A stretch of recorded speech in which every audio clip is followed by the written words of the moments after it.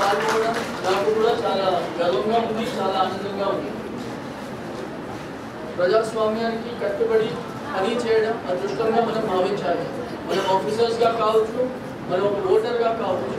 ఈ ప్రజాస్వామ్యబద్ధ ఉన్న సిస్టంలో మన ఒక ప్రత్యేకత ఉంటుంది.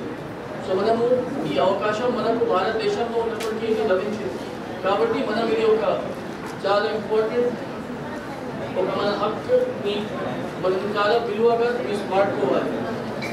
ఓటు హక్కు కేవలం రాజ్యాంగం పరమైన నిబంధన మాత్రమే కాదు, ప్రజాస్వామ్యానికి పునాది వంటిది.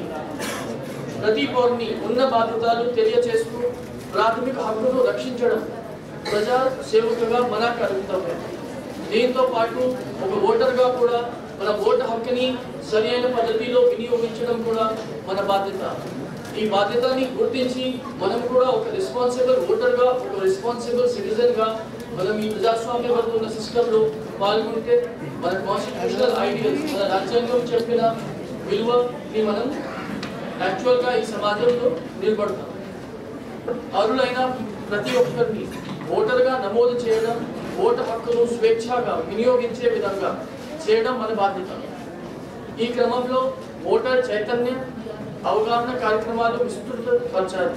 ఈ క్రమంగా మన జిల్లా ప్రశాసన్ ఈసీఐ డైరెక్షన్స్ మేరకు అప్లోడ్ ప్రోగ్రామ్స్ కూడా తీసుకుంటున్నారు. ఈ ప్రోగ్రామ్స్లో మనమందరం పాల్గొని ఈ ప్రోగ్రామ్స్లో విజయవంతంగా సక్సెస్ చేస్తే మన సిస్టమ్ ఇంకా బలోపేతమవుతుంది, మన రాష్ట్రం బాగుపడుతుంది, మన దేశానికి కూడా ఒక మంచి పేరు వస్తుంది, ఒక కాన్స్టిట్యూషనల్ రిపబ్లిక్గా పేరు మనకు వస్తుంది. ఓట్ యొక్క ప్రాముఖ్యత ద్వారా సమాజం కూడా బలోపేతం అవుతుంది. మనందరికీ కూడా తెలిసిన విషయం. ప్రజాస్వామ్యంలో పౌరుల నమ్మకాన్ని కాపాడడానికి పారదర్శకత కూడా చాలా అవసరం. ఇంతకుముందు మన గౌరవ అడిషనల్ కలెక్టర్ రెవెన్యూ గారు చెప్పినట్టుగా ఇప్పుడు ఎలక్షన్ కమిషన్ ఆదేశాల మేరకు అప్పుడు మనం ఓటర్ లిస్ట్ని కూడా ఇంకా స్ట్రెంథన్ చేస్తూ ఉంటాం. దానికి ఫైనల్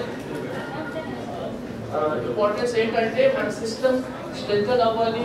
మనము మన సిటిజన్స్ ఓట్ హక్కుని మంచిగా కరెక్ట్గా